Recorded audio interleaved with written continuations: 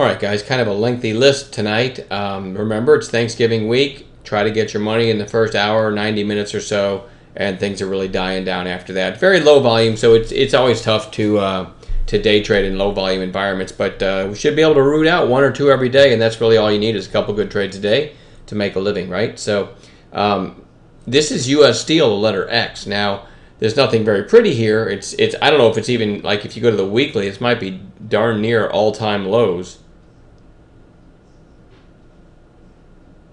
I believe it is. I believe it's at all-time lows. That's a weekly chart.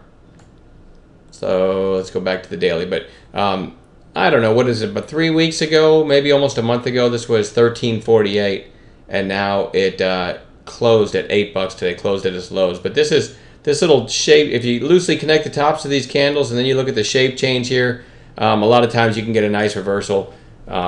Maybe some value investors sneak into U.S. Steel down here around $8. So I'll only take that with a proper setup, but I do like to have a couple potential bounce plays on watch every day when I'm trading. All right, I'm a momentum trader, but I also like to watch for bounce plays. And PSTG is another one, recent IPO, not a lot to go on, but gap down and then another kind of nasty day. So watching that one for a potential bounce too. SQ, believe it or not, even though there's only 3 days worth of trading, I actually like this one. It had a really nice pop on opening day, and then a really kind of controlled, lower volume, declining volume over 2 days, back down. It's not like there's anywhere you can look for support on a chart like this because there's no chart to go on. But this is a great example. Maybe we'll get a gap down tomorrow and then a red to green or something like that. But it's a great example of a potential that if you have it on a chart, you might get the right setup and get a nice pop in SQ. All right, so we'll keep our eyes on that one. And then GPOR had it on Bounce Watch today. Kind of found some equilibrium today. I never did catch a trade in it, but it's a nice narrow range, so it just goes back on Bounce Watch for tomorrow. CANF gapped up on 14 million shares. It did close below its open, but you can see what it did back here. And anytime I have a stock that can make a crazy move like that, and you get a gap up on volume, I'm going to have it on watch for the next few days. All right. BLPH, lower volume stock, but starting to creep higher here on increasing volume. So you had this really big volume spike today, and really just kind of in a flag pattern now after that. So, potential long there. I don't love this one, but we'll have it on watch. CLDN. On these holiday weeks, a lot of times some of these lower volume, lower float stocks can go crazy. So this one, after the gap up, sell off, and then it took out all recent lows, and next thing you know, it's right back up. So that's also a candidate for a nice move. Let's try that again. STXS. Little volume spike today, and not a lot in the way if you get over today's high. One thing I like to do is go to the intraday. Let's go to 15-minute candles. And see what it looks like, and really just kind of ran near the end of the day. So I don't love that because I would like it to have maybe popped early and consolidated for the rest of the day. But this one over 112 was today's high. 112 was the high about 3 weeks ago to a month ago. So up, you can put 113 in your notes. That's kind of an interesting area. Typing that out as I'm speaking here. All right, EMES.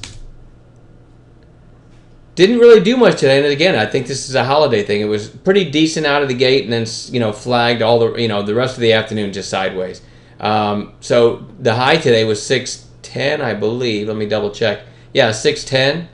This is one that let's go to fives. This is one that after the initial pop did consolidate for the rest of the day. So I do kind of like this at 611. Remember, it had this huge volume spike back here that took it over 2 days to 828. Nice support below, and it's starting to creep higher. So you've got support below and this nice pop back here. I do like this one at 611 tomorrow. Remember, I don't live and die by these numbers. It might gap down and open up at 550, in which case if it gets to 611 in the first 30 minutes, I don't want it there because it will be short-term extended. So keep that in mind. UNXL had this nice pop back here to 216. You had a lower high here, $1.48. Then it gapped up 3 sessions ago and hit $1.58. Quiet inside day, and then again today, $1.59. So I love this over $1.60. There's not a lot in the way, and that's a lower float stock. So UNXL, one of my favorites for tomorrow. But again, we'll have to see how the market acts.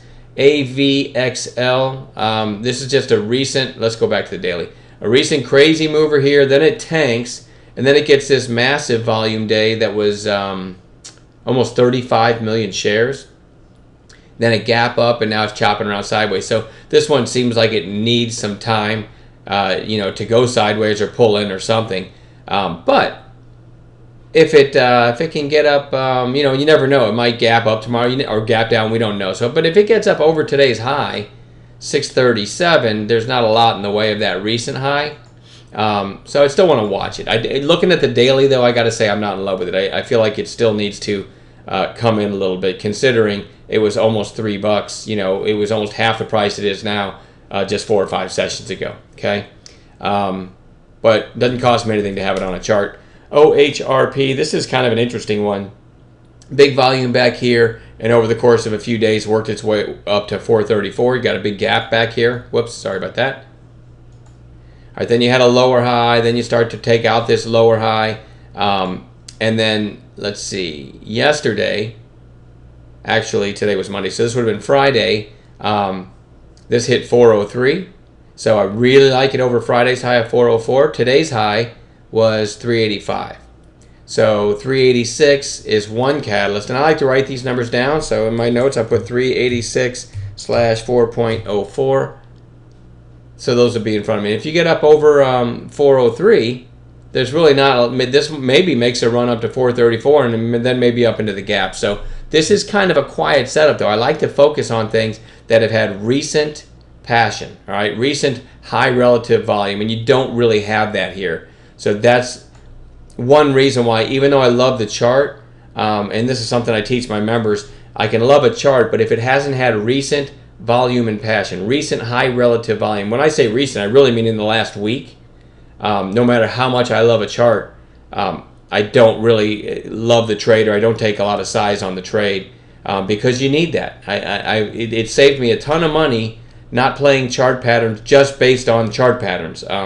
It's real important to really focus on something that's had really high relative volume in the past few days, preferably. All right, so you might say, why is this on your list? I don't have a great answer, but we'll keep an eye on it anyway.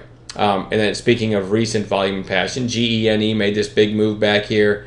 And it kind of settled in for a couple weeks, but then a nice pop today. So maybe a red to green or something like that tomorrow.